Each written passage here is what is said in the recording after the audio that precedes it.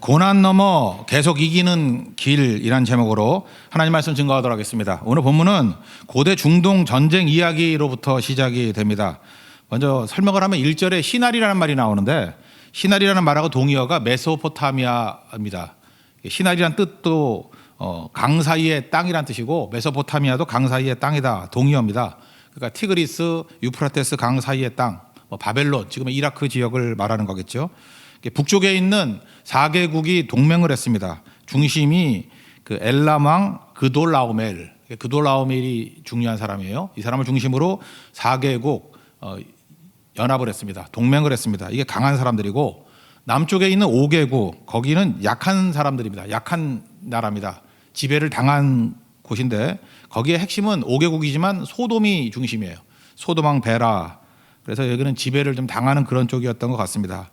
그러다가 이제 북쪽에 강한 4나라와 남쪽에 약한 5나라가 시딤 골짜기, 시딤이라는 것이 지금 염해, 사해거든요. 사해 근처에서 전쟁을 벌였다라는 것입니다.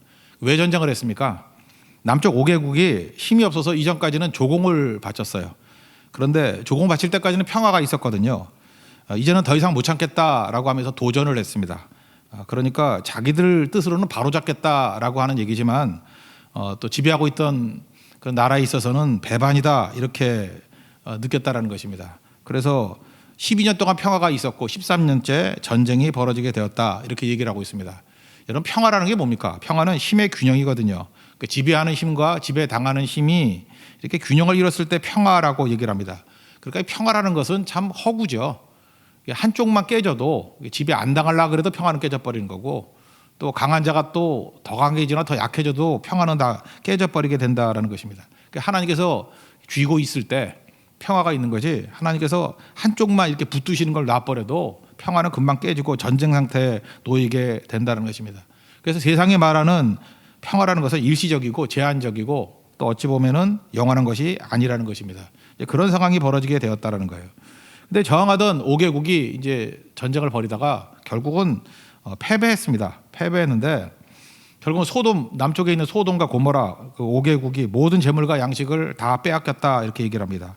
그 소돔에 누가 살고 있죠? 아브라함의 조카 롯도 살고 있는데, 그도 사로잡혀가고 그 자기가 많은 걸 얻겠다고 생각했는데 거기 있던 재물까지 다 노략당해서 빈털터리 되고 포로 신세에 되었다. 오늘 그 얘기입니다. 11절과 12절 읽겠습니다. 시작. 내 왕이 소돔과 고모라의 모든 재물과 양식을 빼앗아가고 소돔에 거주하는 아브라함의 조카 롯도 사로잡고 그 재물까지 노략하여 갔더라. 그러니까 이 전쟁 배경에서 주는 메시지, 오늘 3가지로 한번 살펴보겠습니다. 첫 번째는 세상에서 제일 위험한 게 뭐냐는 거예요. 내 뜻대로 풀리게 되었을 때 그게 제일 위험하다는 것입니다. 우리는 반대로 생각하죠. 내 뜻대로 안 될 때 위험하다고 생각하죠. 왜 이렇게 일이 안 풀리나? 내 뜻대로 되는 게 없네. 그때가 위험하다고 생각하는데, 성경은 역설적으로 얘기하고 있습니다. 오히려 내 뜻대로 될 때가 가장 위험하다는 것입니다. 롯의 뜻이 무엇이었습니까? 애국 같고 에덴 동산 같고 정말 모든 것을 주는 땅이라고 생각했던 게 소돔이었잖아요. 거기 가고 싶은 마음이 있었는데 자기 뜻대로 됐죠. 소돔에 갔습니다. 모든 것을 주는 땅인 줄 알았습니다. 근데 알고 봤더니 모든 것을 잃어버리는 땅입니다. 재산도 잃어버리고 심지어 자유도 잃어버리고 포로로 끌려가게 버리는 그런 땅 아닙니까?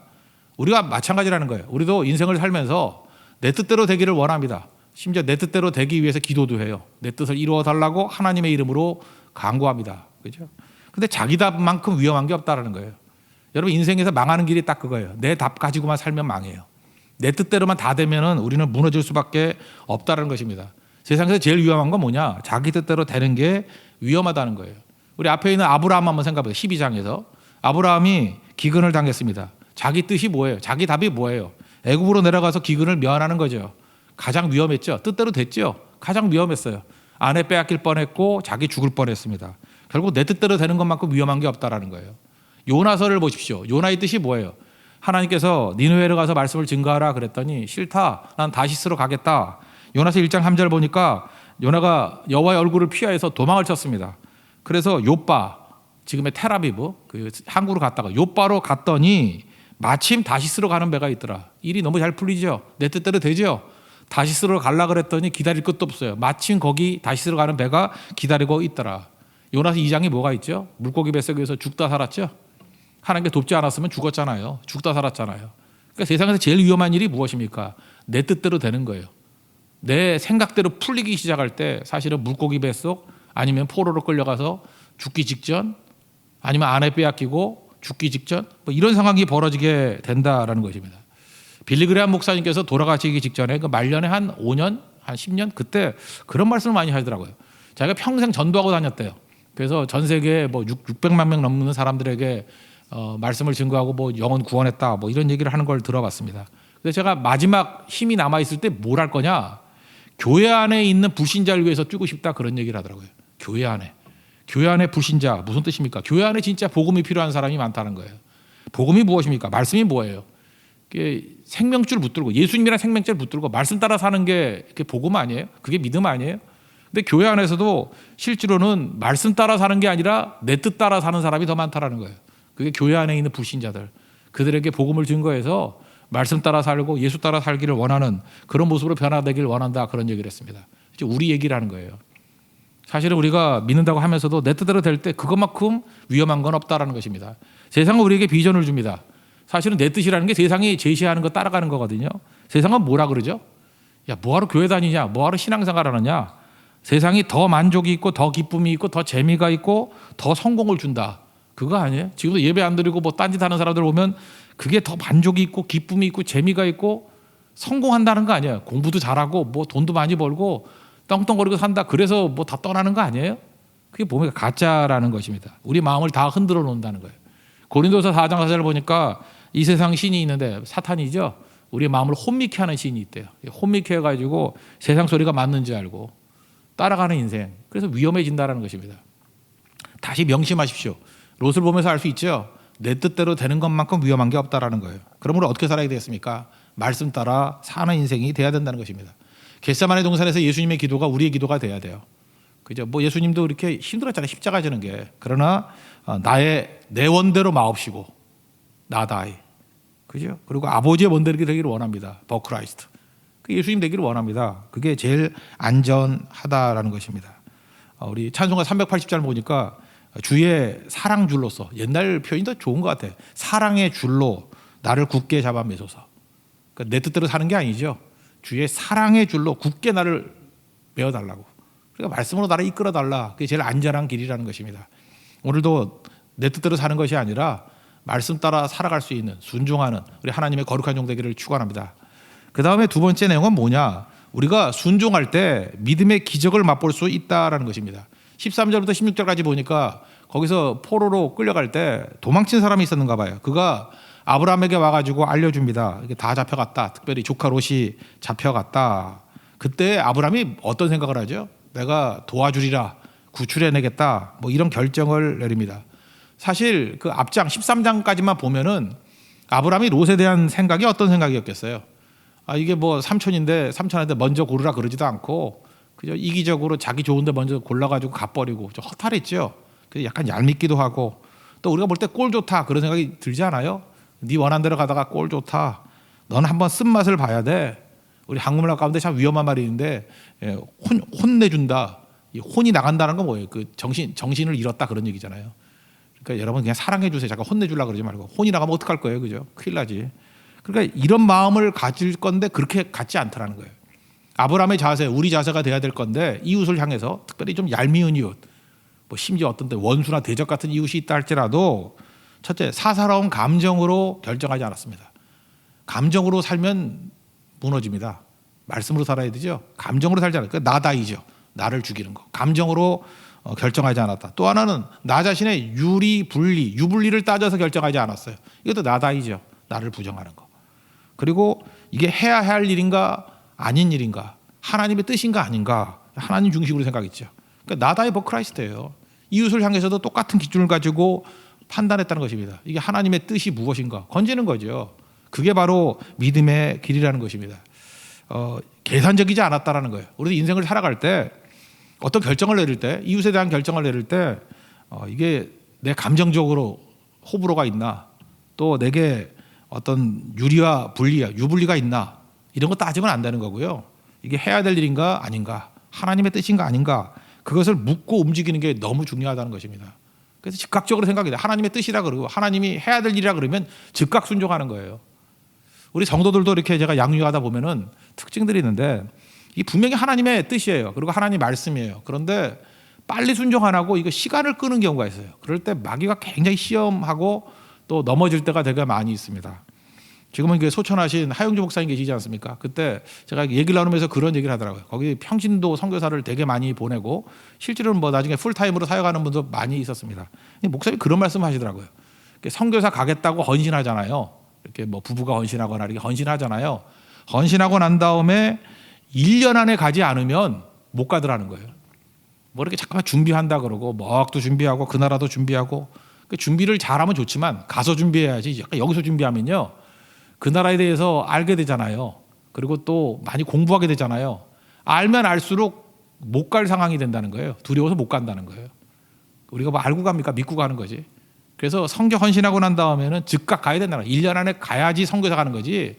1년 넘어서 가지고 선교사 가는 걸 많이 못 봤다. 그런 얘기를 갖습니다. 우리도 마찬가지. 어떤 결심하면 질질 끌지 마세요. 끌면은 시험 타고요. 그 다음에 결국 못 하게 돼 있다는 것입니다. 아브라함의 자세를 보십시오. 이게 하나님의 뜻이다. 해야 될 일이다. 그러니까 즉각적인 순종을 하지 않습니까? 우리도 마찬가지예요. 좀 인생을 단순하게 살기 위해서는 즉각적인 순종, 이것만큼 중요한 게 없다라는 것입니다. 사실 계산하면 이게 이길 수 있는 싸움이 아니잖아요. 북쪽에 있는 4개국 강력한 나라입니다. 나라가 4개가 모인 거야. 아무리 옛날에 작은 나라를 할지라도. 근데 이거 계산해가지고 이길 싸움입니까? 아무리 훈련이 잘 된다 할지라도 아브라함의 집에서 길리온 용사라 그랬는데 318명이에요. 아니 318명 데리고 그 4개국 연합군하고 싸워서 이길 수 있습니까? 물론 이렇게도 설명할 수 있어요. 방심해가지고 뭐 다 이겼다 그래가지고 그때 쳤다고. 그렇지만 이거는 하나님이 도우시는 기적입니다. 우리가 순종하면 어떤 일이 벌어지냐? 믿음의 기적이 나타난다는 거예요. 이건 기적이에요. 318명으로 4개국 연합에서 이겼다는 건 기적이죠. 이건 성경에 나오는 기드온의 300용사가 미디안의 13만 5천을 이긴 것, 이거와 똑같은 거예요. 이건 기적이에요, 기적. 또는 여리고성 뭐 이렇게 돌았더니 그죠? 6바퀴 돌고 7일째 7바퀴 돌고 소리 질렀더니 무너졌다. 이거 기적이죠. 이 정도의 기적이라고요. 이거 기적으로 봐야 돼요. 318명으로 4개국 연합군을 이겼다? 이건 기적이라고요. 홍해가 갈라지는 기적. 또는 뭐 골리앗 앞에서 다윗이 승리했던 기적. 다 공통점이 뭐죠? 하나님께서 어떤 해야 될 일을 주셨습니다. 그럴 때 계산하지 아니하고, 계산했으면 이거 못하죠. 계산하지 아니하고 순종했을 때 믿음의 기적이 나타난다는 거예요. 여러분 신앙생활이 뭡니까? 인생을 살면서 내 삶 가운데도 이 계산이 아니라 분명히 하나님의 뜻이에요. 해야 될 일이에요. 그럴 때 순종함을 통해서 믿음의 기적을 보여주는 인생, 그게 신앙인의 삶이라는 것입니다. 여러분의 삶에도 순종을 통해서 믿음의 기적을 이루기를 원합니다. 이게 우리의 길이라는 거예요. 그 이웃을 도우니까 이런 일들이 벌어지게 되더라는 것입니다. 그러므로 우리의 삶에서도 사실은 간증이라는 게 이런 게 간증이죠. 순종했더니 믿음의 기적이 나타나게 되었다. 이웃을 향한 건데 기적은요, 나를 위해서 기적이 나타나는 게 아니에요. 타인들을 섬기려고 할 때 기적이 나타나는 거죠. 율법의 정신, 율법은 2가지로 요약할 수 있다고 그랬죠. 10계명 요약하면 2가지예요. 율법을 요약하면 2가지라고. 억울한 자가 얻게 하라. 그 다음에 가난한 자가 얻게 하라. 이게 정의와 사랑 아니에요. 억울한 자가 얻게 하라. 그러니까 하나님께서 내게 은사를 주시고 힘을 주셨습니다. 그 힘을 나를 위해 쓰는 게 아니라 하나님과 이웃을 위해 써야 되는데, 특별히 이웃을 위해서 어떻게 써야 돼요? 억울한 자가 있을 때는 공정하게 만드는 거예요. 그래서 하나님께서 공정을 좋아하는 거예요. 입으로 말하는 공정이 아니라 진짜 공정한 거. 그래서 공정하지 않을 때 우리는 마음이 상해요. 왜 상하느냐 하면 하나님의 법을 위배하는 것이 되기 때문에. 저거 이상하다. 저 하나님을 대적하는 거다. 이런 느낌을 다 받는다고. 그래서 억울한 자가 얻게 만드는 공정성. 거기에 힘을 써야 돼요. 또 하나가 가난한 자가 얻게 하라. 이거 무슨 얘기입니까? 약한 자를 도우라, 그런 뜻이죠. 그러니까 하나님께서 내게 주어진 힘, 그게 얼마가 되든 간에 억울한 자가 있을 때 억울함을 풀어주기 위해서 나가면 기적이 나타나요. 어떤 사람이 너무너무 가난해요. 그래서 약한 사람을 도와주기 위해서 나아가면 무조건 믿음의 기적이 나타난다고. 우리 삶 속에서 기적이 없는 이유가 뭐냐? 맨날 날 위해서 살기 때문에, 맨날 우리 가정, 뭐 우리 자녀들, 내 바운더리를 넘지 않으니까 그냥 평범한 인생을 살아가는 거예요. 근데 믿음의 기적은 언제나 억울함을 풀어주고 또 가난한 자, 약한 자를 도와주게 될 때 그때 기적 역사가 나타나게 된다는 것입니다. 인간은 제일 큰 욕이 뭐냐? 쓸모없는 자, 이런 게 욕이죠. 너 쓸모없는 사람이야. 그 욕이잖아요. 필요한 사람이 되길 원합니다. 그럼 필요한 사람이 되는 길이 뭐예요? 우리 이웃들이 필요를 보여줄 때 있죠. 필요가 보일 때가 있죠. 필요에 대해서 응답하는 자가 되는 거예요. 리스판스 할 때 responsibility 그 명사형이잖아요. 응답할 때 책임감이 생기는 거라고. 우리 나중에 보면 야곱의 12아들 가운데 원래 장남이 르우벤인데 나중에 장남 역할을 하는 게 네 번째 아들 유다죠. 유다의 특징이 뭐예요?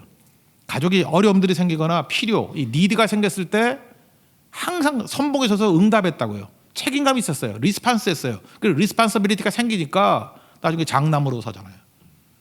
여러분 믿음은 그런 겁니다. 그래서 유다의 삶 가운데 기적이 나타나는 거예요. 유다의 삶 가운데 하나님의 축복과 은혜가 임하는 거예요. 여러분도 마찬가지입니다. 어떤 사람들의 필요를 본다 할지라도 응답하십시오.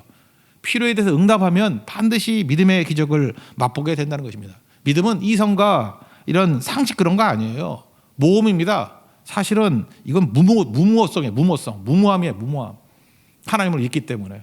그러니까 기적이 나타나는 거죠. 모험하고 무모성을 가지고 나아가게 될 때 하나님께서 도와주시기 때문에 그게 믿음의 기적을 나타내는 길이 된다는 것입니다. 우리 교회도 마찬가지예요. 억울함을 푸는 일에 앞장서고 약한 자들을 돕는 일에 앞장서면 우리 교회 모든 사역이 다 믿음의 기적을 맛보게 될 것입니다. 우리 성도도 마찬가지예요. 이웃의 그죠? 억울함과 이웃의 약함에 대해서 내가 대응하기 시작할 때, 책임지기 시작할 때 믿음의 기적이 나타나기 시작한다는 것입니다. 12장 2절에 보면 하나님 약속하셨죠. 내 이름을 창대하게 하리라. 언제 창대하게 됐어요? 원래 아브라함 무명의 인사였거든요. 그런데 이웃의 연약함을 도와주러 나섰더니 318명 가지고 북방 4개국을 이겼어요. 그러니까 중동에서 유명한 인사가 됐죠. 유명 인사가 돼버린 거죠. 아브라함은 유명해졌잖아요. 이건 언제 그렇게 됐어요? 내가 유명한 사람 돼야지, 입신양면해야지 결심할 때가 아니라 하나님 말씀대로 순종했을 때 믿음의 기적을 통해서 하나님께서 그의 이름을 창대하게 만들어 주셨다는 것입니다. 여러분들 이런 길을 걸어가는 믿음의 종 되기를 축원합니다. 그 다음에 마지막 세 번째는 뭐냐면 이제 승리 이후에 승리를 다루는 법이 17절부터 쭉 마지막 절까지 나옵니다. 우리 최근 크리스찬들은요 승리 이후를 다루는 법이 너무너무 약합니다. 우리는 맨날 성경 보면은 고난이 전공이죠. 그래서 고난 극복, 맨날 고난에만 머물러 있다 고난 극복하면 끝, 고난 극복하면 끝인데 이렇게 승리하고 난 다음에 계속 승리하기 위한 길이 무엇인가, 이게 중요한 거죠. 승리 이후에 우리에게 두 명의 왕이 기다리고 있습니다. 하나는 소돔 왕, 또 하나는 살렘 왕, 두 사람이 기다리고 있다라는 거예요. 소돔 왕은 누굽니까? 나를 높여주는 왕이에요. 너 대단하다. 그 다음에 얻은 물질을 다 누리라고 하는 왕이에요. 너 부자 됐다. 이 전리품 다 가져라. 그 다음 나를 영웅으로 만드는 왕이에요. 너 최고다. 그죠? 천상천하 유아독존이다. 뭐 이렇게 말하는 거예요. 근데 소돔 왕에 반응하면 우리 인생은 끝입니다. 거기서 오히려 타락에 빠지고 아무것도 안 된다는 거예요. 소돔 왕, 이거 맞이하면 안 돼요. 반면에 살렘 왕이 나옵니다. 살렘 왕은 멜기세덱인데 이 사람은 신비적인 왕이에요. 그래서 한마디로 얘기하면 구약의 예수님이다 이렇게 말할 수 있다는 것입니다. 마치 그 성만찬을 보여주는 것 같아요. 그 승리 이후에 아브라함을 찾아와가지고 떡과 포도주, 예수님 성만 차릴 때 떡 나눠주면서 내 몸이다, 포도주 나면 내 피다, 뭐 그런 것 같아요. 그죠? 18절 한번 다 같이 읽겠습니다. 시작. 살렘 왕 멜기세덱이 떡과 포도주를 가지고 나왔으니 그는 지극히 높으신 하나님의 제사장이었더라. 이게 예수님이라는 거예요. 이 구약의 한 번, 그리고 신약의 한 군데 나와요. 이 멜기세덱에 대해서. 먼저 시편 110편 4절, 이게 메시아 시편이거든요. 읽어드릴게요. 여호와는 맹세하고 변하지 아니하시리라. 이르시기를 너는 멜기세덱의 서열을 따라 영원한 제사장이라 하였도다. 이렇게 시편 110편 4절에 멜기세덱의 서열, 반차를 따라서 영원한 제사장이라. 그러니까 레위의 계열이 아니다. 하나님의 특별한 제사장 계열이 있다. 이게 한마디가 언급되어 있어요. 구약에는 딱 한 번이에요.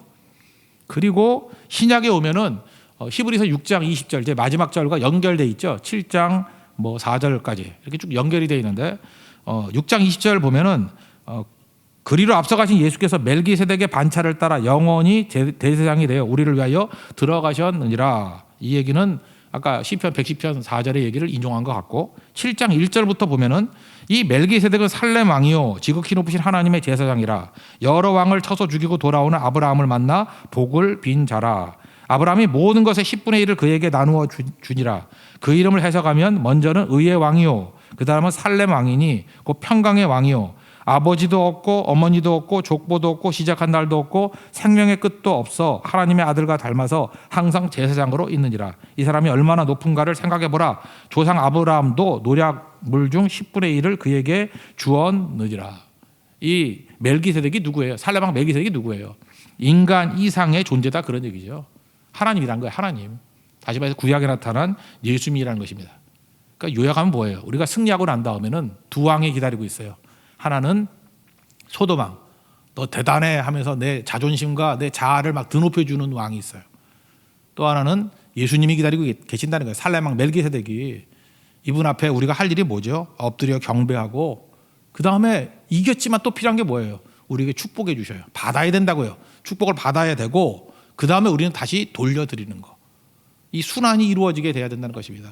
다시 말해서 승리 이후에 다시 예수님 앞에 엎드리는 예배가 있어야만 지속적인 승리가 있게 된다, 그런 뜻이라는 것입니다. 승리 이후에 땅의 왕 만나면 안 되고 하늘의 왕을 만나야 된다는 것입니다. 나를 높이는 왕이 아니라 우리가 예배드릴 수 있는 예수님이라는 왕을 만나야 된다는 것입니다. 이 살레 왕이 와서 했던 일이 뭐죠? 19절 20절 읽겠습니다. 시작. 그가 아브라함에게 축복하여 이르되 천지의 주제이시오 지극히 높으신 하나님이여 아브라함에게 복을 주옵소서. 너희 대적을 내 손에 붙이신 지극히 높으신 하나님을 찬송할지로다 하매 아브라함이 그 얻은 것에서 10분의 1을 멜기세덱에게 주었더라. 우리가 승리 이후에도 필요한 게 뭐예요? 또다시 하나님께 받는 거예요. 그걸 구약에서는 축복이라고 그러고 신약에서 은혜라고 그랬죠. 은혜 받아야 되고 또 축복 받아야 된다고요. 영적인 복을 받아야 줄 수 있다라는 것입니다. 우리 받는 존재예요. 그래서 그릇이라고 그러잖아요. 받지 않고 무슨 일을 하겠어요? 세상이 채워주는 것이 아니라 승리 이후에도 하나님께서 채워주신 것을 받고 또 받아야 된다는 것입니다. 이제 육적인 승리를 맛봤죠. 이제 뭐예요? 영적으로 채워짐을 맛볼 줄 알아야 된다는 거예요. 누가복음 17장에 보면 10명의 나병 환자 나오지 않습니까? 예수님이 다 고쳐주셨어요. 그랬더니 다 떠나가 버리고 한 명만 돌아왔죠. 사마리아 사람 출신의 나병 환자만 돌아왔습니다. 그랬더니 예수님이 뭐라 그래요? 나머지 9은 어디 있느냐? 그러고 난 다음에 이 돌아온 한 사람에게 또 축복을 해주셨죠. 그래서 누가복음 17장 19절 보니까 내 믿음이 너를 구원하였느니라. 그러니까 이 사람은 어떤 일이 벌어졌어요? 나병도 낫고 영적인 구원도 받고. 그러니까 육의 복뿐만 아니라 그 다음에 복을 또 받아야 된다니까. 영적인 복을 받아야 된다는 거예요. 그런데 9명의 나병 환자들은 병은 나았을지 모르지만 영적인 구원을 받았다라는 얘기가 없잖아요. 그러니까 우리도 마찬가지예요. 승리하고 난 다음에 꼭 필요한 게 뭐냐 하면 다시 하나님 앞에 나가서 영적인 축복과 또 채워줌이 있어야 된다는 것입니다. 그럴 때 제가 얘기했잖아요. 아침에 10억 받은 사람이 저녁에 1억 내라 그러면 못 낼 리 없다고. 받은 사람이 드리는 거예요. 11조 드리는 얘기가 나오지 않습니까? 이거는 율법 아니잖아요. 모세 율법 이전에 훨씬 이전이잖아요. 그러니까 11조의 원래 의미는 무엇입니까? 이건 강제 조항이 아니고 11조는 감사예요. 11조는 감격이에요. 11조는 찬송이라고. 그러니까 받은 거에 대한 감격으로 드리는 거예요. 이게 무슨 얘기예요? 물질로 매이지 아니하고 물질에 영이 들어가는 거예요. 영이. 이게 굉장히 중요한 겁니다. 소돔 왕의 유혹은 뭐냐 하면 전리품 나눠 가지라는 거예요. 그러니까 물질에서 끝내버리라는 거예요. 그런데 하나님이 원하시는 모습은 뭔지 아십니까? 물질적인 승리를 맛봤다 할지라도 그 모든 것들이 하나님께로부터 왔다는 것을 인정하고 하나님께서로 채우라는 거예요. 그래서 여기 뭐라고 얘기합니까? 우리 야고보서 1장에서도 배웠죠. 17절에 온갖 좋은 은사 또는 온전한 선물이 빛들의 아버지 위로부터 아버지께서 주시는 거라고. 하나님이 다 주시는 겁니다. 세상 사람이 주는 게 아니라는 거예요. 그래서 소돔 왕이 주는 것들 내가 너 때문에 부자 됐다는 소리 듣고 싶지 않다. 치부했다는 소리 듣지 않아서 안 받겠다 이렇게 얘기하잖아요. 한번 읽어봅시다. 21절부터 23절까지 시작. 소돔 왕이 아브라함에게 이르되 사람은 내게 보내고 물품은 내가 가지라. 아브라함이 소돔 왕에 이르되 천지의 주제이시오 지극히 높으신 하나님 여호와께 내가 손을 들어 맹세하노니 내 말이 내가 아브라함으로 치부하게 하였다 할까 하여 내게 속한 것을 신 한 오락이나 들매끈 한 가락도 내가 가지지 아니하리라. 내게 있는 모든 것들은 하나님께서 채워주시는 것으로만 채울 거야. 세상이 아니야. 이게 아브라함의 선언이었다라는 것입니다. 그러니까 우리도 필요한 게 뭐예요? 우리가 물질적으로 우리도 있어야 살잖아요. 근데 그 모든 것들이 다 영적인 축복이 그 다음에 가미가 돼야 된다는 것입니다. 여러분 사업가가 있습니까? 돈만 많이 번다고 좋은 크리스찬 아닙니다. 그게 영적인 사업가가 돼야 돼요. 영이 부어져야 돼요. 여기 선생님들 계십니까? 뭐 잘 가르치는 선생님 그걸로 다 되는 게 아니에요. 영적인 선생님 돼야 돼요. 여기 의사 선생님 계십니까? 병자들 많이 고치는 거 중요하죠. 그렇지만 영적인 의사 선생님 돼야 돼요. 변호사 계십니까? 변론만 잘하는 게 아니라 성령이 임해야 돼요. 그래서 영적인 변호사가 돼야 된다는 것입니다. 사업을 할 때도 마찬가지예요. 경제 논리만 사용하면 안 되고 그 안에 영적인 의미가 들어가 있어야 되니까요. 그걸 어노인팅이라고 그러잖아요. 기름 부음이 있어야 돼. 기름 부음이. 그때 제대로 쓰임 받게 된다는 것입니다. 저는 우리나라의 그 노동운동을 보면서 느끼는 게 뭐냐면 노동운동이 우리나라가 노동운동이 좀 거칠죠. 이렇게 막 점거하고 막 투쟁하고 그러잖아요. 그 왜 그럴까 한번 고민해봤어요. 저 왜 그럴까? 이게 물질 문제만 너무 묶여 있기 때문에 그런 게 아닌가 그런 생각을 가져요. 그 안에 희생, 사랑, 섬김 이런 게 없어요. 더 중요한 게 영적인 게 들어가면은 살아나요. 영적인 게. 인간은요 영적인 게 들어갈 때 온전함을 느끼는 거고 완성되는 거지 물질로만 남아 있으면 항상 문제가 된다라는 것입니다. 우리가 세 가지 얘기하잖아요. 돈, 권력, 명예. 여러분 돈 그대로 있으면 가치 중립적인 거지만 이게 썩을 수 있습니다. 근데 돈을 가지고 영적으로 만든 사람이 누구예요? 바나바 아니에요? 돈이 있습니다. 아마 물려받은 게 많았던 것 같아요. 그거 하나님을 위해서 이웃을 쓰니까 바나바 위로자잖아요. 위로자, 격려의 아들. 그죠? 이게 영적인 돈이 돼버리잖아요. 권력은 뭐 다윗 같은 사람이 대표적인 얘기겠네요. 왕입니다. 권력이 있는데 영적인 왕이잖아요. 그죠? 그 하나님의 그 기름 부음이 있잖아요. 그 안에 그런 권력이 돼야죠. 명예는 누굴까 생각했더니 에스더나 모르드게 아주 드높아졌죠. 근데 그게 자기 잘난 척하면 드높아지는 게 아니잖아요. 영적인 기름 부음이 있잖아요. 그런 모습이 돼야 된다는 것입니다. 그럼 여러분들 성령의 불이 있는가? 이거 반드시 물어봐야 돼요. 뭘 잘하고 못하고의 문제가 아니라 마지막으로 성령의 기름 부음이 있어야지 영적인 것이 될 수 있다는 것입니다. 우리 삶의 모든 부분들, 특별히 물질적인 것이 영적으로 변화될 수 있는 이런 아브라함의 축복이 임하는 살레망 멜기세덱의 축복이 부어지는 하나님 은혜의 족속 되기를 바랍니다. 오늘 결론적으로 한번 보십시오. 나를 대상으로 세 가지가 있잖아요. 나 자신. 내가 누구를 만나요? 나를 만나고. 두 번째는 이웃을 만나고. 세 번째 하나님을 만나죠. 이게 이 세 가지 대지하고 똑같은 거예요.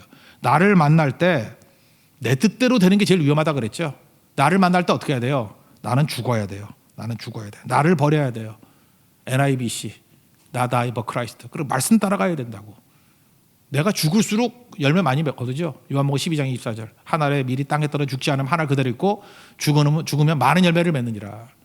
나를 만났을 때 내가 죽는, 내 뜻이 죽는, 그리고 예수가 살고 말씀이 살아있는 하나님 종 되기를 바랍니다. 두 번째, 이웃을 만나요. 이웃을 만날 때 내 감정이라든지 유불리라든지 이거 아니죠. 그들의 필요에 대해서 반응하면 믿음의 기적을 맛봐요. 그러니까 우리 삶에 있는 기적은 뭐예요? 이웃에 대한 반응에서 기적이 나타나는 거예요. 무조건 그렇습니다. 무조건. 그래서 나한테 묶여 있으면 기적이 없어요. 근데 억울한 자, 그 다음에 가난한 자, 그들의 필요에 응답하기 시작할 때부터 막 기적이 나타나기 시작하는 거예요. 그게 하나님의 역사입니다. 여러분 삶 속에서도 이런 기적을 맛볼 수 있는 믿음의 종 되기를 바랍니다. 그리고 승리 거뒀어요. 이제 세 번째 하나님 만날 때 다시 하나님의 축복을 또 받아야 돼요. 공급을 받아야 돼요. 그리고 그 위에 하나님 또 만나는 게 뭐예요? 승리 위에 성령의 기름 부음이 있어야만 계속 이기는 인생이 될 수 있다는 것입니다. 단발적인 승리가 아니라 계속해서 승리할 수 있는 하나님의 거룩한 종 되기를 축원합니다. 자리에서 일어나겠습니다. 내려놓음 찬양하겠습니다.